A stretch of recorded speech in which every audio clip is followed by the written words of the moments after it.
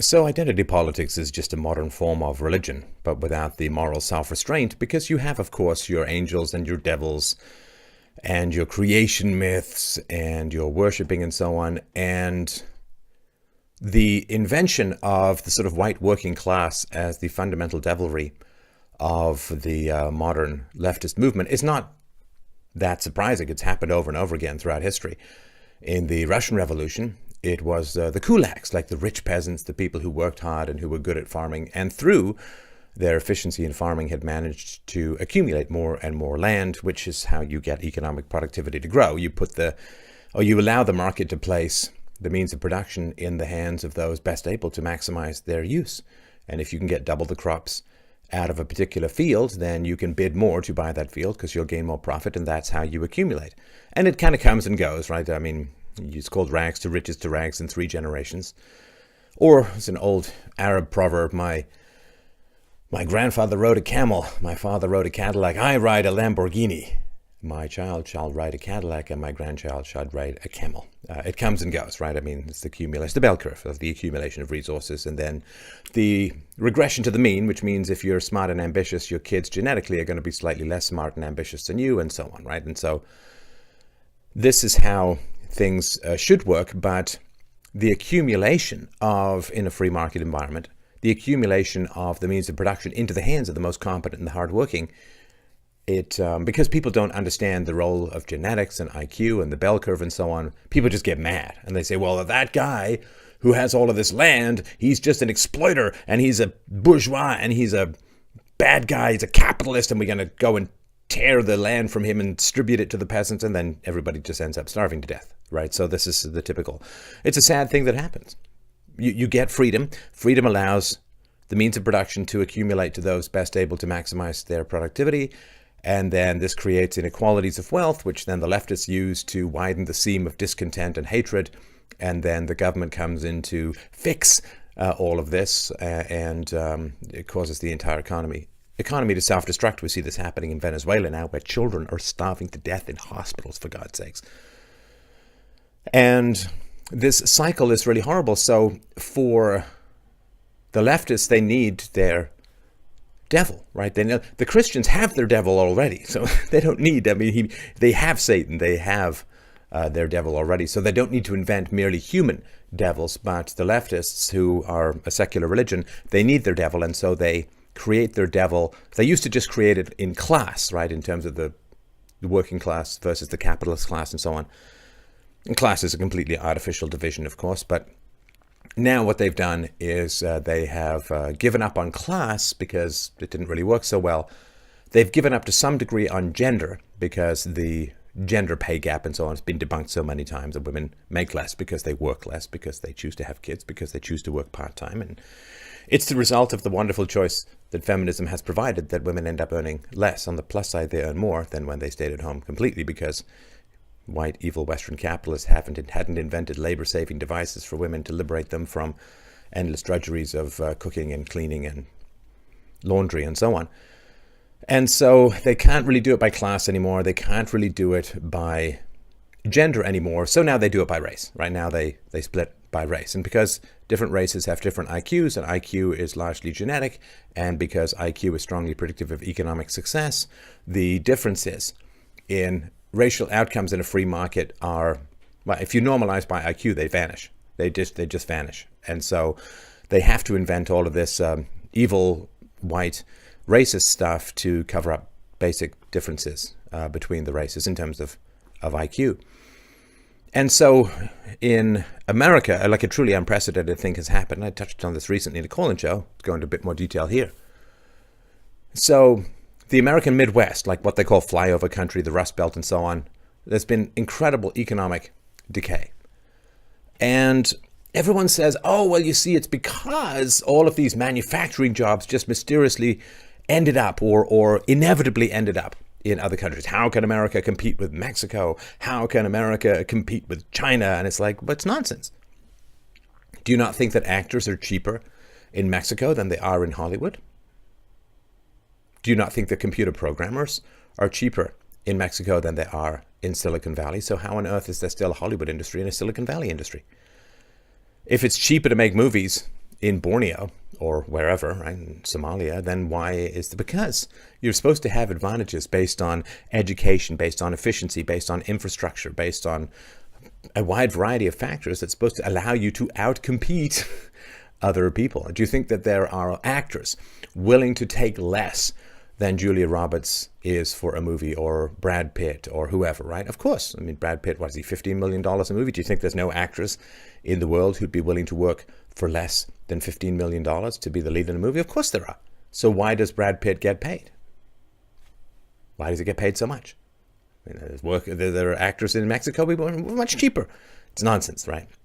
It's because, well, it's a wide variety of things, but it's increased unionization, drove up costs too much. It is because government education has not kept pace with the information revolution. So government education has gotten really terrible. And also because there has been this affirmative action and diversity stuff, which means non-whites have to get hired. And again, for reasons of the IQ bell curve, which affects women as well as races, this means that you're going to get less competent people on average in charge of things or working. And this is a huge problem. As well, massive increased taxes, all of the economic dislocations that result from the welfare state, the destruction of families. Also, horribly anti-male family courts have meant that men have less desire to get married, less desire to be fathers and so on, which, you know, when do you get your two big jumps in ambition as a man? Number one, when you get married, and number two, when you have children, because when you get married, you may live in a small place, but your wife very quickly will want a bigger place if she wants to have kids in particular. And then when you have kids, if your wife stops working, you get even more ambitious. Without wives and children, what do men do? Well, they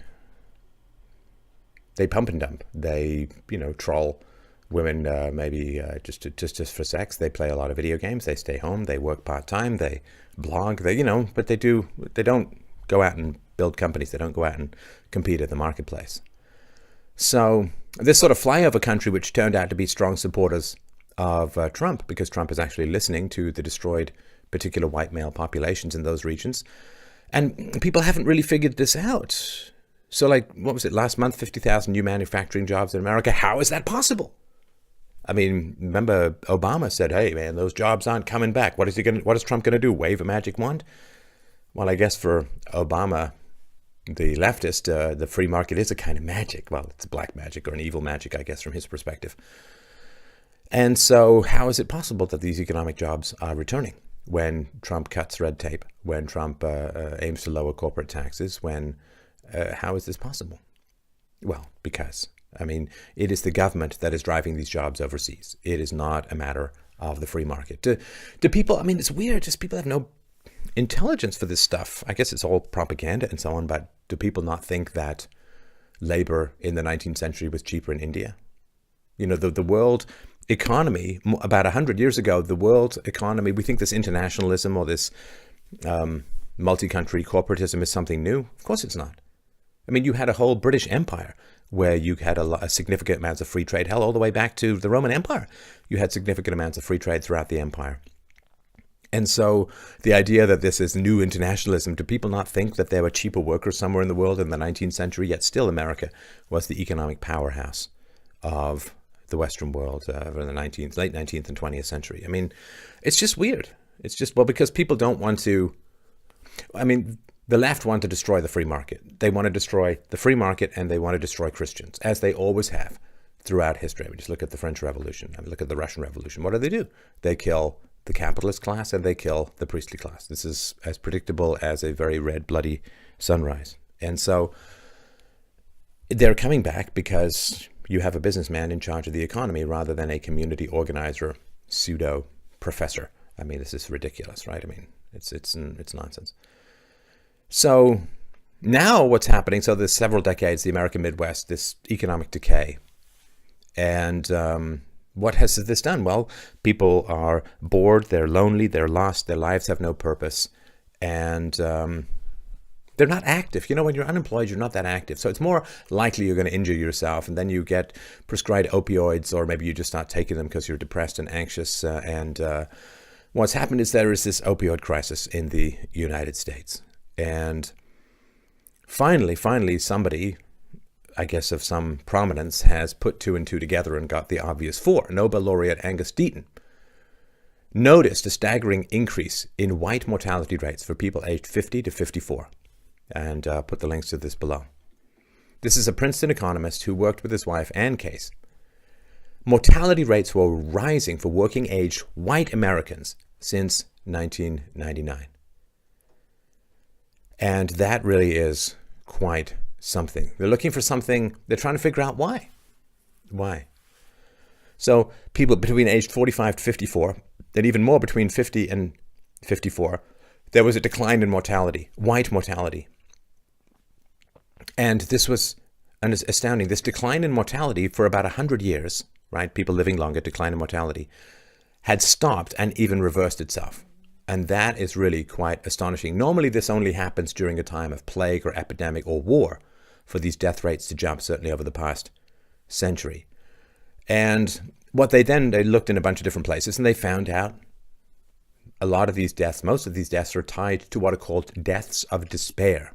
Alcohol, suicide, opioids. And this is astonishing. So middle-aged white men are killing themselves directly through suicide or indirectly through substance abuse. And that is really quite astonishing. And if you look at people, I mean, I know that sort of the indigenous people to North America, right, what are called the Indians, that they have a particular susceptibility to alcoholism because they lack the enzymes to eliminate alcohol as efficiently as Europeans from their systems. But if you look at substance abuse among people whose culture is destroyed or whose environment is destroyed and who are put in these sort of welfare state farms of reservations, it's pretty wretched. And the same thing is happening to white middle-aged males in particular. And this whole way of life is I mean, if you're a white man in your 50s, it's funny, you know, because after I was an entrepreneur, I took some time off to write and I put my job applications out there. And I mean, I have really, really great skills. I mean, I was a coder. I ran an R&D department. I did sales. I did marketing. I negotiated contracts. I mean, I had a lot of really, really good business skills and I'd sold to, I don't know, probably 15% of the Fortune 500 companies, maybe 20% of the Fortune 500 companies, systems ranging from, you know, $50,000 to well over $1 million. And I really was very good in business. And I remember thinking, I wonder why I'm not getting more calls. And it took me a little while to realize that it was because I was a white male and people had their diversity quotas. And Scott Adams has talked about the same thing when he worked at various companies, that people just said, no, we're not promoting white males anymore. So you're going to have to go and do something else. And it is a bitter thing. It is a bitter thing. White males built the West, and now white males are excluded from the economic life of the West in many ways. And there has been, among sort of white working class males, there's been wage stagnation for probably about half a century now, like 50 years. And if you don't have a university degree, which is itself a proxy for an IQ test, although much more manipulable than an IQ test is, median wages for people without a university degree has actually been going down. And this is pretty horrendous stuff. So this tie-in of the economic destruction of the middle class white male, combined with the sort of suicide, explicit or implicit suicide death, the rising mortality, it really is astonishing. You know, for black non-Hispanics, mortality is going down. For Hispanics, mortality is going down. They're living longer. For all white non-Hispanics, it's creeping up. For white non-Hispanics with high school or less, it's going up extraordinarily, more than 20-25% just since the late 90s. If this was any other group, of course, this is the horrendous racism and sexism that white males are experiencing. As if it was any other group. If black women were the only group in society where their mortality was increasing, people would be going insane. But because it's white males, well, it's allowed. Because those who cry racism the most